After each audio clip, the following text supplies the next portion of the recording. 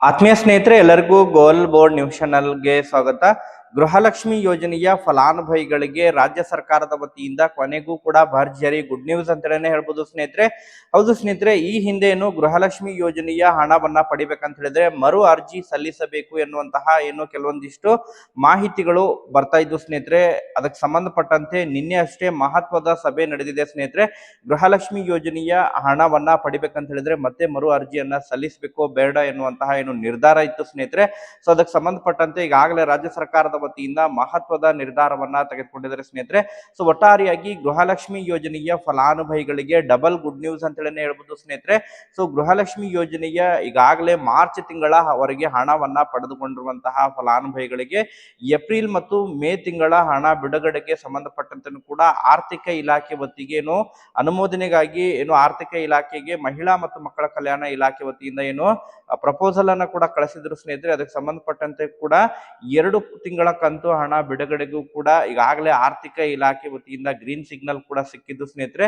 So Gruhalakshmi ಯೋಜನೆಯ 31 ಮತ್ತು 32ನೇ ಕಂತಿನ ಹಣ ಫಲಾನುಭವಿಗಳ ಖಾತೆಗಳಿಗೆ ಕ್ರೆಡಿಟ್ ಆಗಲಿದೆ. ಅದರ ಜೊತೆಗೆ ಪರಿಷ್ಕರಣೆಗೆ ಸಂಬಂಧಪಟ್ಟಂತೆ ಕೂಡ ಕೆಲವೊಂದಿಷ್ಟು ಮಹತ್ವದ ನಿರ್ಧಾರವನ್ನ ತೆಗೆದುಕೊಂಡಿದ್ದಾರೆ ಸ್ನೇಹಿತರೆ. ಸೊ ಹಾಗಾದ್ರೆ ಏನೆಲ್ಲ ಅಪ್ಡೇಟ್ಗಳಿದಾವೆ, ಗೃಹಲಕ್ಷ್ಮಿ ಯೋಜನೆಗೆ ಸಂಬಂಧಪಟ್ಟಂತಹ ಕಂಪ್ಲೀಟ್ ಆದಂತಹ ಡೀಟೇಲ್ ಮಾಹಿತಿಯನ್ನು ತಮಗೆ ಈ ಒಂದು ವಿಡಿಯೋದ ಮೂಲಕ ಇನ್ಫಾರ್ಮೇಶನ್ ಅನ್ನ ತಿಳಿಸ್ತಾ ಹೋಗ್ತೇನೆ ಸ್ನೇಹಿತರೆ. ವಿಡಿಯೋ ಕೂಡ ತಮಗೆ ಸಹಾಯ ಆಗಲಿದೆ. ಸೊ ಆ ಕಾರಣಕ್ಕಾಗಿ ಪ್ರತಿಯೊಬ್ರು ಕೂಡ ತಾವು ಯಾರು ಕೂಡ ವಿಡಿಯೋನ ಸ್ಕಿಪ್ ಮಾಡ್ಲಿಕ್ಕೆ ಹೋಗ್ಬಿಡ್ರಿ ಸ್ನೇಹಿತರೆ. ಯಾಕಂತ ಹೇಳಿದ್ರೆ ಇದರಲ್ಲಿ ಪ್ರಮುಖವಾದಂತಹ ಅಪ್ಡೇಟ್ ಗಳನ್ನ ತಮಗೆ ತಿಳಿಸ್ತಾ ಹೋಗ್ತೇನೆ. ವಿಡಿಯೋ ಕೂಡ ತಮಗೆ ಸಹಾಯ ಆಗಲಿದೆ. ಸೊ ಆ ಕಾರಣಕ್ಕಾಗಿ ಪ್ರತಿಯೊಬ್ರು ಕೂಡ ತಾವು ಚಾನೆಲ್ ಅನ್ನ ಸಬ್ಸ್ಕ್ರೈಬ್ ಮಾಡ್ಕೊಂಡೇ ವಿಡಿಯೋನ ವೀಕ್ಷಣೆ ಮಾಡಿ. ಹಾಗಾದ್ರೆ ಬನ್ನಿ ಸ್ನೇಹಿತರೆ, ತಡ ಮಾಡದೆ ಈ ಒಂದು ವಿಡಿಯೋನ ಪ್ರಾರಂಭಿಸೋಣ.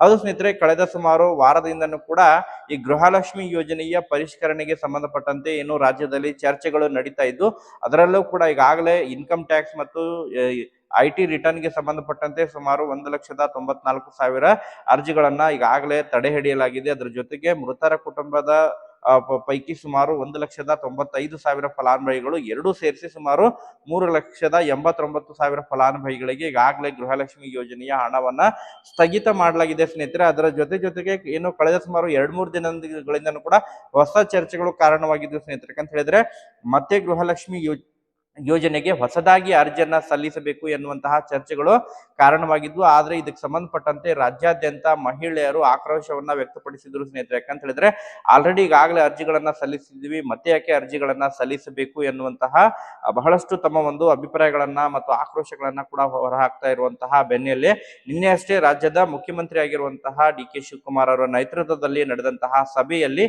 ಈ ಗೃಹಲಕ್ಷ್ಮಿ ಯೋಜನೆ ಹಾಗೂ ಗೃಹ ಜ್ಯೋತಿ ಯೋಜನೆಗೆ ಸಂಬಂಧಪಟ್ಟಂತಹ ಮಹತ್ವದ ತೀರ್ಮಾನವನ್ನ ತೆಗೆದುಕೊಂಡಿದ್ದಾರೆ ಸ್ನೇಹಿತರೆ. ಮರು ಅಪ್ಲಿಕೇಶನ್ ಅನ್ನ ಹಾಕುವಂತಹ ಅವಶ್ಯಕತೆ ಇಲ್ಲ ಎನ್ನುವಂತಹ ಮಾಹಿತಿಗಳು ಈಗ ಕೇಳಿ ಬರ್ತಾ ಇದ್ದಾವೆ ಸ್ನೇಹಿತರೆ. ಹೌದು ಸ್ನೇಹಿತರೆ, ಹೊಸದಾಗಿ ಮತ್ತೆ ಅಪ್ಲಿಕೇಶನ್ ಅನ್ನ ಹಾಕುವಂತಹ ಅವಶ್ಯಕತೆ ಇಲ್ಲ. ಈಗಾಗಲೇ ರಾಜ್ಯಾದ್ಯಂತ ಪರಿಶೀಲನೆಯನ್ನ ಮಾಡಬೇಕು. ಅರ್ಹರಿಗೆ ಮಾತ್ರ ಗೃಹಲಕ್ಷ್ಮಿ ಯೋಜನೆಯ ಲಾಭ ದೊರಕಬೇಕು.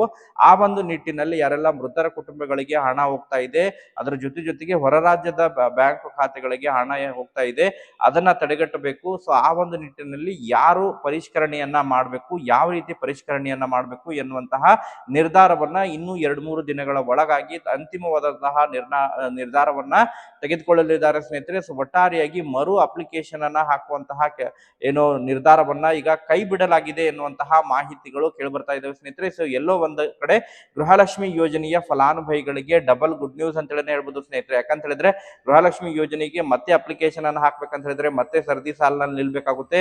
ಸೊ ಸುಮಾರು 1,21,00,000 ಫಲಾನುಭವಿಗಳಿದ್ದಾರೆ.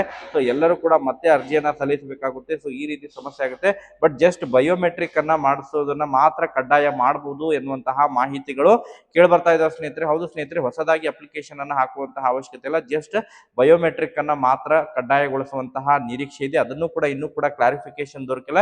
2 ದಿನಗಳಲ್ಲಿ ಯಾವ ರೀತಿ ಪರಿಶೀಲನೆಯನ್ನ ಮಾಡಿಸಬೇಕಾಗುತ್ತೆ, ಯಾವ ಇಲಾಖೆಯವರು ಅದನ್ನ ಪರಿಶೀಲನೆಯನ್ನ ಮಾಡಬೇಕಾಗುತ್ತೆ, ಅದರ ಬಗ್ಗೆ ನಿರ್ಧಾರವನ್ನ 2 ದಿನಗಳಲ್ಲಿ ತೆಗೆದುಕೊಳ್ಳಿದ್ದಾರೆ. ಅದರ ಜೊತೆಗೆ ಈಗಾಗಲೇ ಆರ್ಥಿಕ ಇಲಾಖೆಗೆ ಮಾರ್ಚ್ ತಿಂಗಳವರೆಗೆ ಹಣ ಬಿಡುಗಡೆಯಾಗಿ ಏಪ್ರಿಲ್ ತಿಂಗಳು ಮತ್ತು ಮೇ ತಿಂಗಳ ಹಣ ಬಿಡುಗಡೆಗೆ ಸಂಬಂಧಪಟ್ಟಂತೆ ಆರ್ಥಿಕ ಇಲಾಖೆಗೆ ಈಗಾಗಲೇ ಅನುಮೋದನೆಯನ್ನ ಕೂಡ ಕಳಿಸಿದ್ದು. ಸೊ ಆರ್ಥಿಕ ಇಲಾಖೆ ವತಿಯಿಂದನೂ ಕೂಡ ಗ್ರೀನ್ ಸಿಗ್ನಲ್ ದೊರಕಿದೆ ಸ್ನೇಹಿತರೆ. ಸೊ ಈ ಗೃಹಲಕ್ಷ್ಮಿ ಯೋಜನೆಯ ಹಣ ಈಗ 2 ತಿಂಗಳಿಂದನೂ ಕೂಡ ಪೆಂಡಿಂಗ್ ಉಳಿದಿದೆ. ಈ ಒಂದು ಪರಿಷ್ಕರಣೆಯ ನೆಪದಲ್ಲಿ ಗೃಹಲಕ್ಷ್ಮಿ ಯೋಜನೆಯ ಹಣ ಜಮಾ ಮಾಡ್ತಾ ಇಲ್ಲ ಎನ್ನುವಂತಹ ಕೆಲವೊಂದಿಷ್ಟು ಆರೋಪಗಳು ಕೂಡ ಏನು ಸರ್ಕಾರಕ್ಕೆ ಕೇಳಿ ಬರ್ತಾ ಇದ್ದು, ಅದನ್ನೆಲ್ಲವನ್ನು ಕೂಡ ಅಲ್ಲಗೆಳೆದು ಸರ್ಕಾರ ಈಗ ಈ 2 ಕಂತಿನ ಹಣದಲ್ಲಿ 1 ಕಂತಿನ ಹಣವನ್ನ ಈಗ ರಿಲೀಸ್ ಮಾಡ್ಲಿಕ್ಕೆ ಮುಂದಾಗ್ತಾ ಇದೆ ಎನ್ನುವಂತಹ ಮಾಹಿತಿಗಳು ಕೇಳಿ ಬರ್ತಾ ಇದ್ದಾವೆ. ಈಗ ಸಸ್ಪೆಕ್ಟ್ ಆಗಿರುವಂತಹ ಏನು ಸುಮಾರು 3,89,000 ಫಲಾನುಭವಿಗಳಿಗೆ ಹೋಲ್ಡ್ ಇಟ್ಟು ಉಳಿದಂತಹ ಎಲ್ಲ ಫಲಾನುಭವಿಗಳಿಗೆ ಗೃಹಲಕ್ಷ್ಮಿ ಯೋಜನೆಯ ಹಣ ಜಮಾವಣೆ ಪ್ರಕ್ರಿಯೆ ಪ್ರಾರಂಭವಾಗಲಿದೆ ಸ್ನೇಹಿತರೆ. ಮ್ಯಾಕ್ಸಿಮಮ್ ಆಗಿ ಮುಂದಿನ ಸೋಮವಾರದಿಂದನೇ ಹಣ ಜಮಾ ಆಗುವಂತಹ ಪ್ರಕ್ರಿಯೆ ಪ್ರಾರಂಭವಾಗಲಿದೆ ಅನ್ನುವಂತಹ ಮಾಹಿತಿಗಳು ಕೇಳಿ ಬರ್ತಾ ಇದಾವೆ ಸ್ನೇಹಿತರೆ.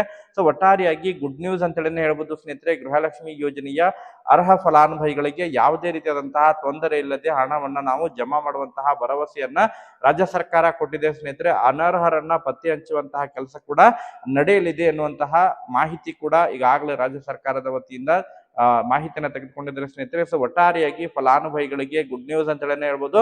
ಗೃಹಲಕ್ಷ್ಮಿ ಯೋಜನೆಯ 31 ಮತ್ತು 32ನೇ ಕಂತಿನ ಹಣ ಫಲಾನುಭವಿಗಳ ಖಾತೆಗಳಿಗೆ ಕ್ರೆಡಿಟ್ ಆಗಲಿದೆ. ಈಗ ತುರ್ತಾಗಿ 31ನೇ ಕಂತಿನ ಹಣ ಇದೇ ಸೋಮವಾರದಿಂದ ಜಮಾವಣೆಯಾಗುವಂತಹ ನಿರೀಕ್ಷೆ ಕೂಡ ಇದೆ ಸ್ನೇಹಿತರೆ. ವೇಟ್ ಮಾಡಿ, ಅದಕ್ಕೆ ಸಂಬಂಧಪಟ್ಟಂತೆ ಮತ್ತೆ ಅಪ್ಡೇಟ್ಗಳು ಲಭ್ಯವಾದರೆ ತಮಗೆ ಇನ್ಫಾರ್ಮೇಶನ್ ಕೂಡ ತಿಳಿಸುವಂತಹ ಪ್ರಯತ್ನ ಕೂಡ ಮಾಡ್ತಾ ಹೋಗ್ತೇನೆ. Thank you for watching this video.